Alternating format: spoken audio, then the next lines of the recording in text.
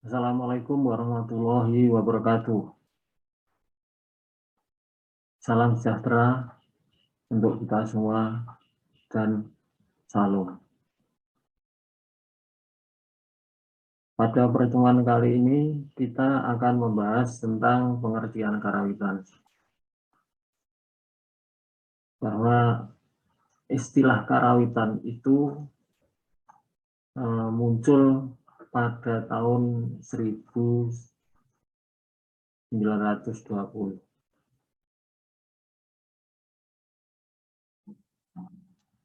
Istilah karawitan pada saat itu digunakan untuk menyebut sekelompok seni, yaitu seni sastra, pedalangan, tata sungging, tari, dan sebagainya.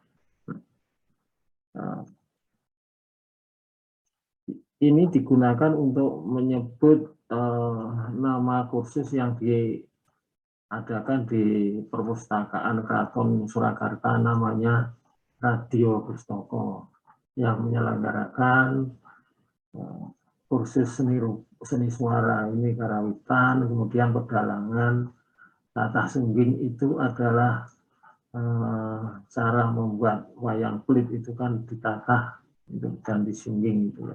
Kemudian tari dan sebagainya. Nah, pada saat itu jangkauan atau pengertian yang terkandung dalam karawitan itu sangat luas, ya. Yaitu termasuk seni suara, pedalangan, tata sungging, tari, dan sebagainya. Nah,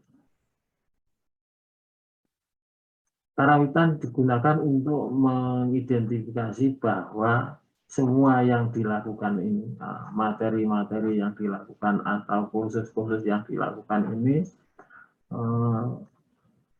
mengandung bersifat rumit, halus, itu ya, rumit, halus. Jadi seni suaranya juga halus, pedalangannya juga halus, tata sunggingnya ada halus, tarinya juga halus ya.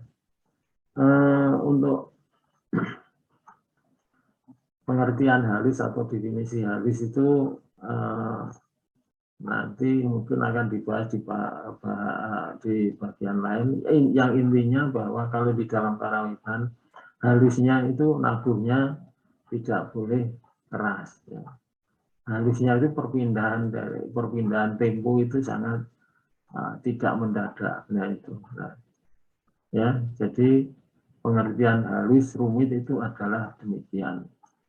Demikian juga di tata sungging. Tata sungging itu ngeremit, sangat jeli, sangat teliti gitu ya. Itu kecil-kecil. Itu yang pertama. Nah, pada tahun 950 itu dari kursus ini maka dikembangkan menjadi sekolah menengah karawitan atau konservatori karawitan atau kokar. Konservatori itu apa toh? Adalah pemeliharaan atau apa ya, nguri-nguri, pemeliharaan, penyimpanan. Jadi sekolah ini, sekolah menengah karawitan, konservatori karawitan ini adalah di sana salah satunya mempelajari tentang karawitan, yaitu karawitan Jawa. Ya. Kokar pada waktu itu banyak sekolah-sekolah yang mendirikan sekolah-sekolah konservatori itu ya. Misalnya konservatori di Surakarta, konservatori di Yogyakarta, di Jawa Timur, Bali, terus kemudian ini ada SMKI. Ini setelah itu maka ini menjadi SMKI ini yang akhir-akhir ini setelah pemerintah membagi sekolah menengah itu menjadi kejuruan atau yang menekankan pada keterampilan itu pada sekolah menengah SMKI ini ya. Yang sekarang misalnya di KI Surakarta itu menjadi SMK 8. Nah, di sini pengertian karawitan itu digunakan secara yang lebih sempit, yaitu yang dipelajari seni suara, karawitan, tari, dan pedalangan. Seperti diketahui bahwa 3 bidang ini menjadi jurusan di SMK 8. Itu ya, jadi kalau yang di sini menyangkut karawitan, pedalangan, tata sugeng, tari, dan sebagainya, tapi kalau di sini hanya mempelajari seni karawitan atau seni suara, tari, dan pedalangan.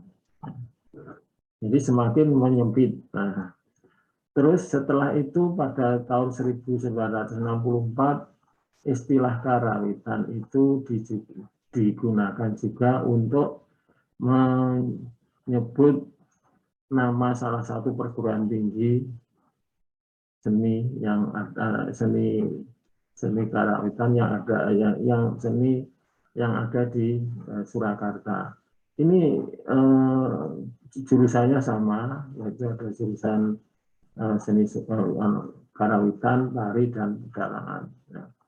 Nah, ternyata dengan kemajuan ini, dengan perkembangan ini, istilah karawitan itu juga digunakan pada perguruan tinggi yang ada di luar Jawa, yaitu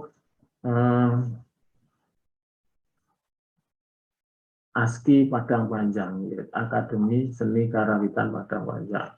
Nah, di sana digunakan untuk menyebut tentang seni suara, yaitu seni musik yang ada di daerah Padang Panjang.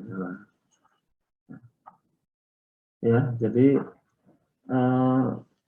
nampaknya ini ketika tahun 80-an, 80-90-an itu ada masalah bahwa masyarakat di Padang Panjang kurang setuju atau kurang pas apabila musiknya menggunakan istilah karawitan. Ya. Karena musik mereka itu tidak seperti karawitan. Ya, jadi itu ya gambaran pertama kali munculnya istilah penggunaan karawitan itu digunakan yang pertama pada skop yang luas ketika itu digunakan untuk menyebut nama kursus yang ada di Radio Pistoko yang menyangkut seni suara, pedalangan, tata sugeng, tari, dan sebagainya. Jangkauannya luas ya, jadi terus kemudian itu pengertiannya itu halus ya, pengertiannya karawitan itu adalah seni yang halus. Kemudian menyempit lagi pada tahun 1950 menjadi 3 bidang dan hingga tahun 65-an ini. Nah, oke. Setelah itu maka muncullah beberapa definisi karawitan. Nah, yang pertama, karawitan itu adalah musik tradisional Indonesia. Nah, pada definisi ini karawitan itu dikelompokkan pada musik, gitu, musik ini, ya. Terus ditambah dengan tradisional Indonesia. Artinya karawitan termasuk di dalam kelompok itu. Seperti diketahui bahwa musik tradisional Indonesia itu kan tidak hanya karawitan. Jadi ini untuk definisi ini adalah untuk mengelompokkan karawitan di dalam musik tradisional yang ada di Indonesia. Jadi sangat luas sekali. Terus lagi seni suara daerah baik vokal atau instrumental yang mempunyai klasifikasi dan perkembangan dari daerahnya itu sendiri. Nah, jadi yang ini lebih spesifik lagi, seni suara daerah baik vokal atau instrumental yang mempunyai klasifikasi dan perkembangannya dari daerah itu sendiri. Ya. Jadi ini sudah mengarah pada instrumen yang musik yang ada di daerahnya sendiri, yang ada klasifikasinya dan pengembangannya. Ya. Terus kemudian seni gamelan dan seni suara yang bertangga nada, selindru dan pilot. Nah ini sudah lebih jelas. Pengertian karawitan di sini sudah menyebut seni gamelan dan seni suara. Ini kan seni gamelan itu maksudnya adalah seni yang menggunakan gamelan, ya, alatnya itu. Ya.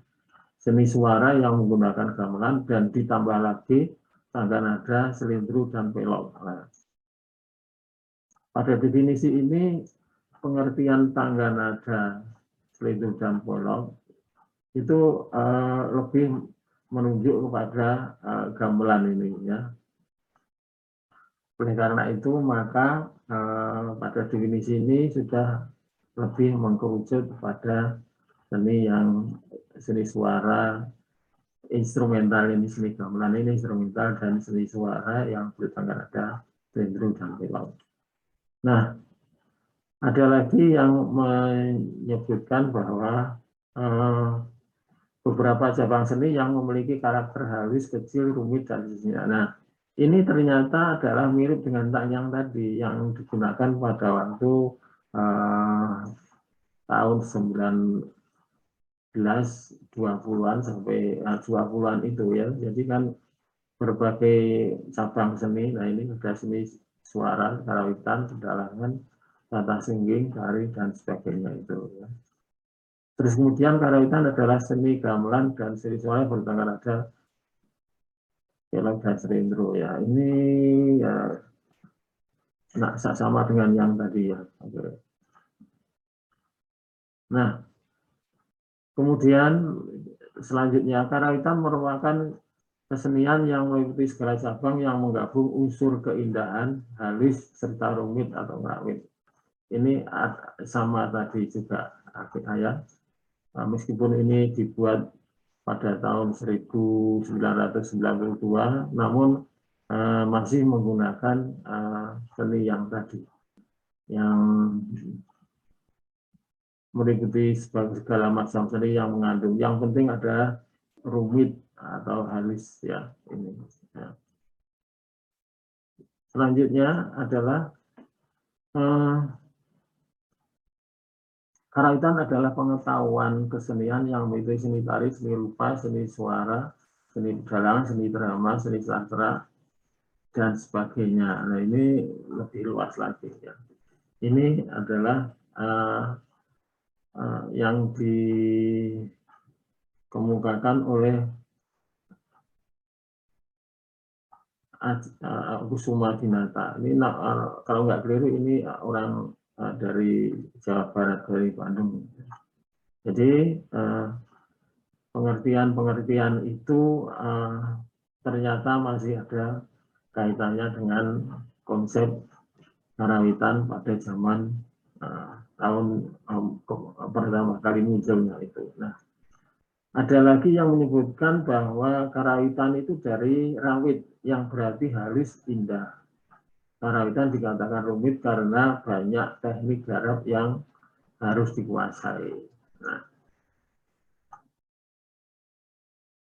harus dikuasai itu maksudnya apabila Anda nanti mungkin mendalami di dalam karawitan, memang banyak teknik-teknik yang harus dikuasai. Misalnya bagaimana memainkan kendang itu sudah satu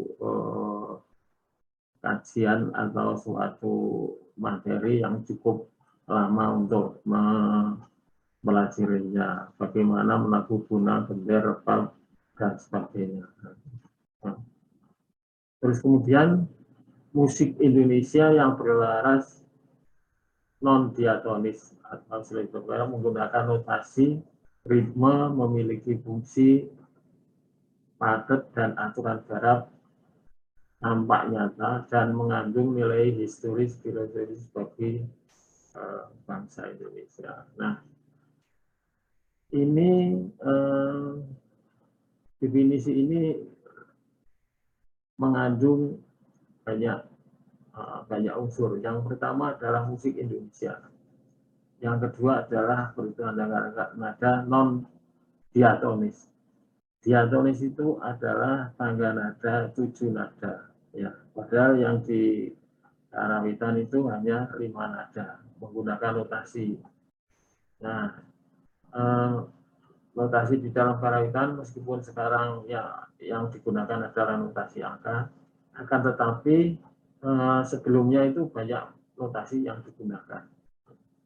Banyak notasi yang digunakan itu nanti akan mungkin akan dibahas di bagian lain. Ada notasi rantai, notasi yang bentuknya mirip bentuk rantai motor atau rantai sepeda itu. Ritmenya itu jelas pada masing-masing alat mempunyai ritme, mempunyai fungsi di dalam masyarakat ini banyak sekali. Patet ini seperti tinggi rendah nada, seperti kalau di dalam musik ada kunci G, kunci C dan sebagainya, itu kan berhubungan dengan tinggi rendah nada. Ya. Ada nilai historis dan filosofis bagi bangsa Indonesia. Nah, kalau yang paling menonjol di dalam karawitan seperti yang sudah saya kemukakan minggu kemarin, bahwa karawitan itu adalah mengekspresikan dari filosofi hidup masyarakat Jawa. Masyarakat Jawa itu adalah ingin hidup berdampingan secara damai. Jadi tidak menginginkan pertikaian atau permusuhan. Oleh karena itu setiap anggota masyarakat harus memelihara itu dengan cara tidak membuat orang lain kecewa. Nah, kalau di dalam gamelan itu diekspresikan pada keras lirihnya tabuhan. Jadi orang menabuh karawitan yang paling pemain karawitan yang bagus itu dikatakan bagus apabila salah satu cirinya mereka dapat menyeimbangkan suara dari alat musik yang ditabuhnya itu dengan suara alat musik yang lain. Nah, sehingga di dalam tabuhan karawitan itu dicapai kebersamaan. Istilahnya rempek. Rempek itu tidak ada yang menonjol sama sekali. Nah, itu adalah prinsip hidup orang Jawa yang memayu hayuning bawono. Jadi memelihara kedamaian di dunia ini. Filosofisnya ya, jadi yang saya sampaikan terakhir itu filosofis historisnya di sini ya. Nah, di luar negeri ternyata gamelan itu lebih sering digunakan untuk menggantikan karawitan. Orang di sana lebih lebih sering menggunakan istilah gamelan apabila dibanding istilah karawitan di sini. Ya. Gamelan Jawa itu artinya juga bisa berarti musiknya itu tadi, bukan musik. Kalau di kita di Indonesia atau di Jawa ini gamelan itu adalah alat musiknya, sedangkan karawitan itu adalah untuk menyebut musiknya itu. Nah, sampai di sini maka istilah karawitan itu sendiri mempunyai ruang lingkup yang pertama itu luas, kemudian menyempit menjadi tiga bidang, yaitu tari, karawitan, dan pedalangan. Tapi akhirnya pada saat ini karawitan itu adalah termasuk musik ya. musik yang kalau yang di 9 ini di angka definisi yang 9 ini adalah yang musik yang non diatonis menggunakan ininya gitu ya. Istilah karawitan digunakan yang terakhir adalah untuk menyebut musik tradisional Indonesia yang berlaras selintro dan belok, menggunakan biasanya terdiri atas musik instrumental dan vokal dan sejenisnya ya. Oke ya. Nah, karawitan itu ternyata pertama kali digunakan di Surakarta. Jadi digunakan di kursus Radio Pustaka yang menyebut yang mempelajari beberapa bidang tadi ya. Kemudian muncul lagi di Karawitan Yogyakarta. Nah, kedua karawitan ini, gaya atau karawitan ini muncul akibat adanya perpecahan atau adanya pembagian Mataram menjadi dua. Ya. Ada perjanjian Giyanti itu. Yang satu adalah karawitan Surakarta, yang kedua adalah karawitan Yogyakarta. Nah, karawitan Surakarta itu ciri khasnya adalah lembut. Sedangkan karawitan Yogyakarta itu adalah lebih gagah. Nah, istilah lembut itu bisa luwes garapannya melodinya meliuk-liuk, tapi kalau gagah itu melodinya meloncat-loncatnya jelas gitu. Nah, ini sebagian sumber mengatakan bahwa kenapa karawitan Yogyakarta kok lebih gagah. Ini yang pertama katanya itu melestarikan karawitan yang pada zaman Mataram yang disebut yang diduga itu dilestarikan sampai di Yogyakarta ini. Kemudian ya, dan yang di Surakarta adalah sebaliknya. Nah, ada juga yang mengasosiasikan bahwa kota Yogyakarta itu adalah keraton Yogyakarta itu adalah selalu menentang kebijakan dari pemerintah Belanda.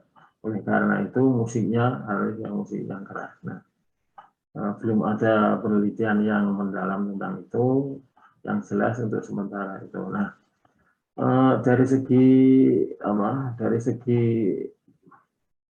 bentuknya karawitan Yogyakarta ini biasanya yang asli yang dimiliki keraton itu lebih besar. Kalau ini ukurannya lebih kecil. Nah, lebih besar itu menghasilkan suara-suara yang tegas, suara yang gagah. Nah, kemudian untuk itu gending Yogyakarta ini lebih banyak, yang paling populer disajikan adalah gending soran namanya. Gending soran itu adalah gending yang ditabuh secara keras. Sedang yang di Surakarta ini adalah gending lirian, gending yang ditabuh dengan volume lirih. Nah, ini adalah awal atau penggunaan istilah karawitan di dalam karawitan Jawa ini ya. Jadi pertama sumbernya di sini, sumbernya di Jawa Tengah, Mataram, kemudian ada di sana. Selain itu juga ada juga karawitan Bali. Nah, ini karawitan Bali itu berbeda dengan karawitan Surakarta. Ya. Ada sebuah teori bahwa dulu di sini kan zaman Hindu Buddha itu terus kemudian ada ada Islam masuk, maka Islam itu mendesak kerajaan Mataram kebudayaan Hindu-Buddha itu ke timur, akhirnya sampai di Bali. Itu ada teori begitu, sehingga di sini muncul karawitannya berbeda dengan ini yang ada di Jawa Tengah. Nah, meskipun demikian banyak data-data yang menunjukkan bahwa ada kemiripan banyak kemiripan antara karawitan Surakarta dan Jawa Tengah dan Bali. Kemiripan ini misalnya di sana juga ada tembang, di sana istilah-istilahnya itu banyak yang mirip ada di sini, yang ada di Jawa Tengah. Nah, itulah salah satu mungkin bukti bahwa karawitan Bali itu ternyata masih berkaitan erat dengan Jawa Tengah. Nah, di sini ada degung ya. Ini biasanya sekarang kalau menggunakan istilah karawitan itu disebut karawitan Sunda. Karawitan Sunda ini sudah meskipun beberapa literatur mengatakan bahwa ini juga pengaruh dari Jawa pada kerajaan Mataram itu, namun di sini karakternya sudah lain sekali ya. Sehingga di sini ada pusat-pusat karawitan ini. Karawitan Jawa, di Jawa ada dua, Bali dan Sunda. Nah, dari sini kemudian istilah karawitan juga digunakan di Banyuwangi. Nah, di Banyuwangi ini sangat dekat sekali karakternya dengan karawitan Bali. Ya. Dengan karawitan Bali. Meskipun di sini alat-alat musiknya juga ada yang sama dengan di sini. Nah, kemudian ada juga menggunakan biola, yaitu pengaruh kebudayaan Osing atau kebudayaan Cina itu. Terus kemudian ada lagi karawitan Banyumas. Karawitan Banyumas ini adalah percampuran antara karawitan Surakarta dan Jawa Tengah dan karawitan Sunda. Salah satu contoh dari elemen yang ada di karawitan Sunda adalah cara menabuh kendangnya yang menggunakan kendang dua, kan tetapi digunakan secara bersamaan.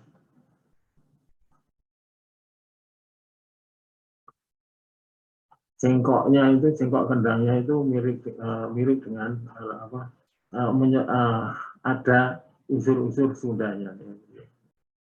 Terus kemudian ada lagi karawitan Timur. Nah, dari sini apabila Anda mempelajari lebih dalam, maka ada muncul juga karawitan yang ada di Kediri. Kemudian ada Tulungagung dan sebagainya. Di sini juga ada karawitan Semarangan. Nah, oleh karena itu maka istilah karawitan pada saat ini itu sudah digunakan untuk menyebut beberapa musik yang ada di daerah-daerah ini. Nah, meskipun tadi dikatakan bahwa pusatnya adalah di sini kemudian menyebar ke barat dan ke timur, tapi bagi yang tidak mengetahui mungkin ini tidak ada kaitannya, padahal itu ada kaitannya. Oleh karena itu maka karawitan pada saat ini itu digunakan untuk menyebut ini, untuk musik-musik yang ada di sini. Sehingga di situ ada karawitan Banyumas, karawitan Sunda, karawitan gaya Surakarta, karawitan gaya Yogyakarta, karawitan Jawa Timur, karawitan Banyuwangi, karawitan Bali, dan seterusnya. Ya, jadi pada periode ini karawitan sudah digunakan secara luas. Nah, ini sebagai penegasan saja bahwa untuk karawitan di Indonesia seperti yang sudah saya sampaikan tadi, untuk menyebut itu yang pertama adalah karawitan gaya Yogyakarta. Jadi mungkin lengkapnya adalah karawitan Jawa gaya Yogyakarta. Karakternya gagah. Nah, karawitan Jawa gaya Surakarta. Ini karakternya halus. Terus kemudian karawitan Jawa Timur ini sudah mengekspresikan daerah di di Jawa Timur, yaitu Surabaya. Ini sangat beda sekali. Ya. Terus kemudian karawitan Banyumas ini gabungan antara Sunda dan Jawa, karawitan Jawa dan Sunda. Nah, kemudian karawitan Banyuwangi ini ada yang mendefinisikan, tapi ini untuk apa? Untuk keperluan yang lain ya. Jadi karawitan Banyuwangi merupakan seperangkat tata hubungan yang teratur dan berarti serta berdasarkan tujuan fungsi yang sama di antara keduanya. Ini nampaknya digunakan untuk iringan tari. Ini yang menurut Ardhani, mahasiswa jurusan etnografi yang sekarang bekerja di SMA Budi Utama. Terus kemudian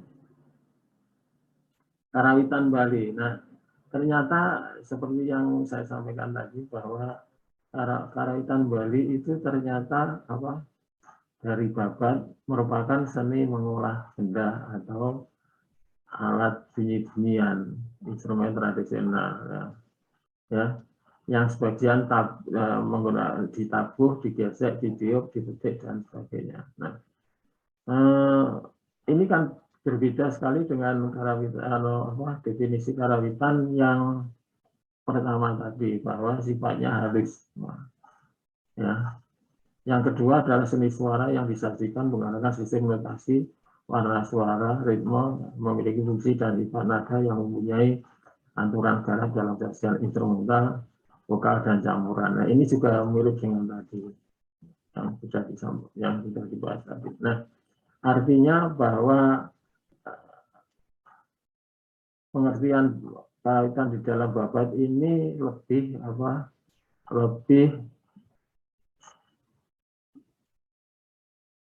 lebih spesifik. Di sini disebut bunyi-bunyian. Nah, beberapa di Sumatera, kalau nggak perlu juga di luar Jawa itu, bahwa mereka menyebutnya adalah bunyi-bunyian. Nah, ya, kan berbeda dengan kalau karawitan yang halus mengandung filosofis itu kan berbeda sekali. Sehingga ini mungkin yang istilah definisi karawitan yang lebih asli dibanding yang lain karena dia menggunakan istilah bunyi-bunyian. Nah, kemudian karawitan Sunda adalah sekumpulan alat musik yang dimainkan oleh masyarakat Sunda. Ya. Terus kemudian ada lagi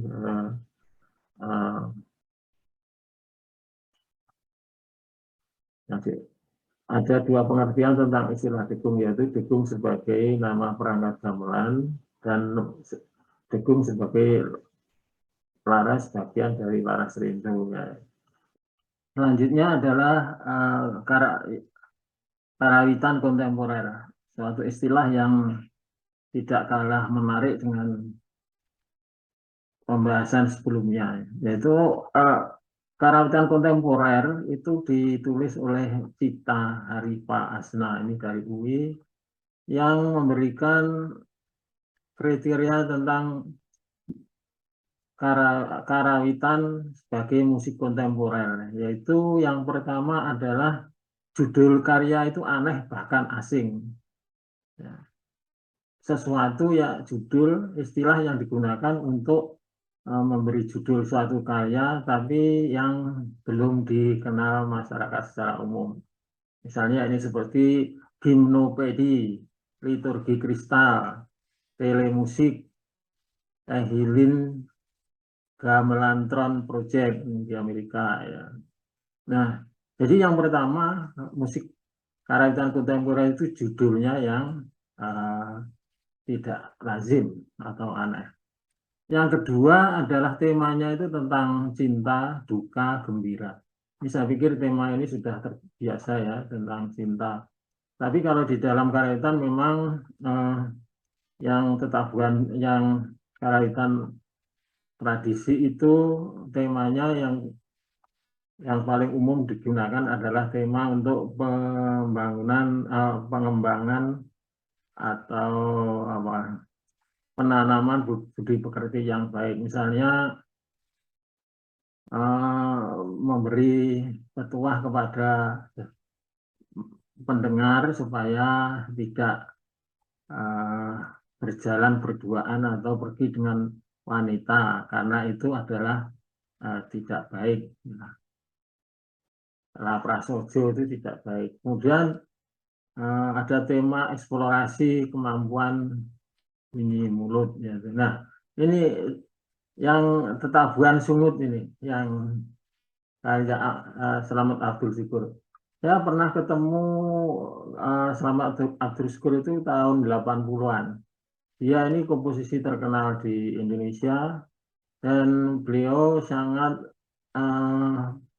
pandai di dalam mengkomposisi atau menggabungkan bunyi-bunyi yang ada di sekitar kita itu menjadi musik. Nah, ini seperti yang ini tema eksplorasi ini kemampuan menyatukan bunyi mulut ya. Jadi bunyi musik yang dibuat itu dari bunyi mulut. Dan saya juga pernah mendengar satu judul yang satu musik yang dibuat oleh Selamat Abdul Syukur itu dia mengumpulkan orang-orang siapa saja dan kemudian dieksplorasi kemampuan musiknya berdasarkan bunyi apapun terus kemudian digabung menjadi satu. Nah itu memang pada saat itu sangat terkenal sekali Abdul Syukur itu, seperti mungkin kalau yang sekarang ya siapa itu yang tradisional siapa Jaduk gitu, lebih Jaduk. Tapi mungkin lebih nasional kalau yang Abdul Syukur. Nah kemudian instrumentasi bukan hanya instrumen lazim, juga benda-benda yang menghasilkan bunyi, generator gelombang bunyi, karya Stockhausen, musik tepukan tangan Steve Reich, kemudian dipadu dengan piano, biola, dan sebagainya. Nah, ini artinya bahwa karawitan yang kontemporer ini instrumennya sangat bebas sekali. Nah, dan bahkan bisa digabung dengan piano, biola, dan musik-musik diatonik. Untuk ini mungkin kalau yang mendekati musik diatonis itu adalah laras pelok yang bernada 7 itu. Nah, kemudian partiturnya bisa menggunakan notasi balok atau angka disertai dengan petunjuk detail bunyi atau cara memproduksi bunyi. Misalnya notasi auditif, notasi tindakan. Nah, misalnya saja, oh di sini teriak, terus kemudian kalau notasi tindakan itu, oh di sini melangkah atau dan sebagainya, sehingga gerakan ataupun notasi auditif yang dibuat itu merupakan bagian yang tidak terpisahkan dari sebuah karya musik karawitan kontemporer. Nah, teknik garapannya membuat data gramatikal dan idiom musik sendiri, susunan dan struktur harmoni baru. Nah, ini membuat gramatikal itu dan idiom musik sendiri itu bunyinya itu tidak berdasarkan, misalnya kalau di musik pada umumnya kan ada refrain, ya ini tidak ada itu. Dan idiom musik itu adalah bunyi musik yang dihasilkan itu menurut imajinasi mereka sendiri aja. Kemudian struktur dan susunan dan struktur harmoni baru. Nah, harmoni baru ini maksudnya kalau yang di tradisi kan ada apa patet itu di gamelan. Kemudian di musik diatonis ada akord, ya itu ya. Nah, ini sudah meninggalkan dari yang itu. Bahkan saya pernah melihat salah satu contoh cara menabuhnya pun juga sudah tidak sesuai dengan yang tradisi. Garapan idiom dan tata gramatik musik tradisional atau penghitungan matematis atau rasio struktur rancangan bangunan. Ini maksudnya di dalam menggarap itu dia menggunakan perhitungan matematis atau rasio atau struktur bangunan. Misalnya saja dia membayangkan bahwa struktur itu untuk apa? Untuk sebuah bentuk bangunan gedung atau bangunan yang lain, kemudian direalisasikan di dalam garapannya itu. Nah, ya, jadi dengan demikian maka karawitan itu sampai saat ini digunakan untuk menyebut musik yang sangat kompleks tadi, sangat luas ya. Jadi dari mulai musik tradisi yang menggunakan ada patokan-patokan itu, kemudian ada musik yang bebas sama sekali seperti yang kita bahas yang terakhir tadi. Nah, kemudian kalau di Jawa itu biasanya ada pengelompokan kerawitan keraton, itu gaya Surakarta dan Yogyakarta seperti sudah kita bahas tadi. Kemudian yang di luar Jawa itu ada Jawa Timur, Banyuwangi, Banyumas, Semarang, Tulungagung, Nganjuk, dan lain-lain ya. Nah, ciri-cirinya kalau yang keraton itu halus dalam arti bahwa cara mengungkapkannya secara halus, tidak meloncat-loncat. Terus kemudian mencerminkan suasana keraton, yaitu misalnya saja kalau akan nabuh harus nyembah, terus itu. Nah, kemudian mencerminkan kepatuhan memenuhi aturan. Nah, mengutamakan bentuk perilaku yang tadi sudah saya singgung. Misalnya saja para bisang semoro bangun sepatumbo kali oyo ojo tulan lan wong priya Brahmana ora prasasya. Ini adalah nasihat untuk perempuan jangan pergi dengan laki-laki karena itu bisa berbahaya. Merupakan hasil pemikiran dan teknologi tinggi ya. Nah, ini bahwa karawitan itu menurut Pak Mloyo Widodo, seniman terkenal almarhum Mloyo Widodo, itu kalau main gamelan itu harus semedi. Kalau saya menasihati semedi itu dia harus konsentrasi. Ya. Sehingga apa yang ditabuh itu merupakan sebuah hasil hasil kontemplasi atau hasil perenungan itu, sehingga dia menabuh itu sesuai dengan yang lain itu tadi ya. Karawitan atau seni luar keraton itu kasar, istilahnya kasar, mungkin tidak tabuhannya tidak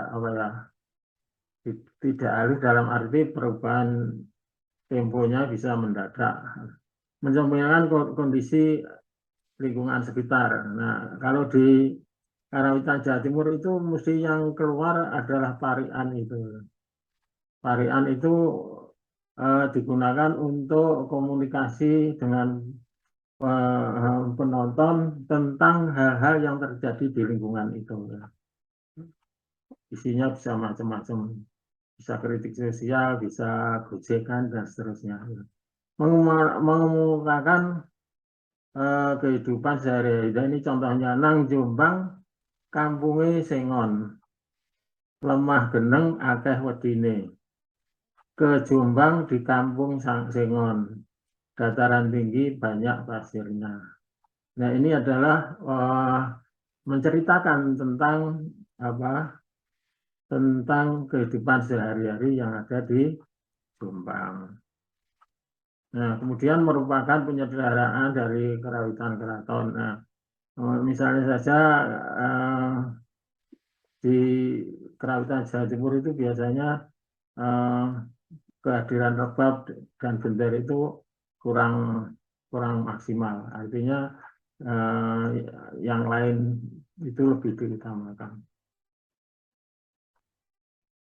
Nah, demikian itu yang dapat saya sampaikan. Jadi karawitan yang digunakan hingga saat ini itu digunakan untuk menyebut yang pertama, terutama musik di akhir-akhir ini ya. Oke. Nah, selanjutnya untuk sebelum Anda meninggalkan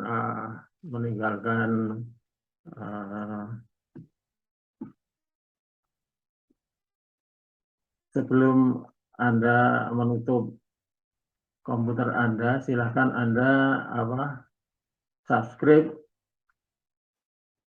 kemudian klik lonceng dan like supaya channel ini bisa berkembang dan bermanfaat bagi masyarakat. Oke. Kemudian yang terakhir, silahkan Anda memberi komentar. Komentar yang pertama yang dapat digunakan sebagai acuan menulis komentar adalah misalnya saja, apakah Anda setuju dengan pendapat atau pembagian yang sudah saya sampaikan tadi? Kalau setuju, alasannya apa? Kalau tidak, alasannya apa? Kemudian dari situ Anda bisa mengembangkan lebih jauh lagi. Misalnya Anda punya pendapat tentang bahwa istilah karawitan itu tidak hanya begitu, digunakan lagi untuk yang lain, misalnya musik yang lain, dengan Anda menyebut kasus yang ada, yang Anda jumpai di dalam masyarakat. Saya pikir cukup itu. Bila taufiq wal hidayah. Assalamualaikum warahmatullahi wabarakatuh.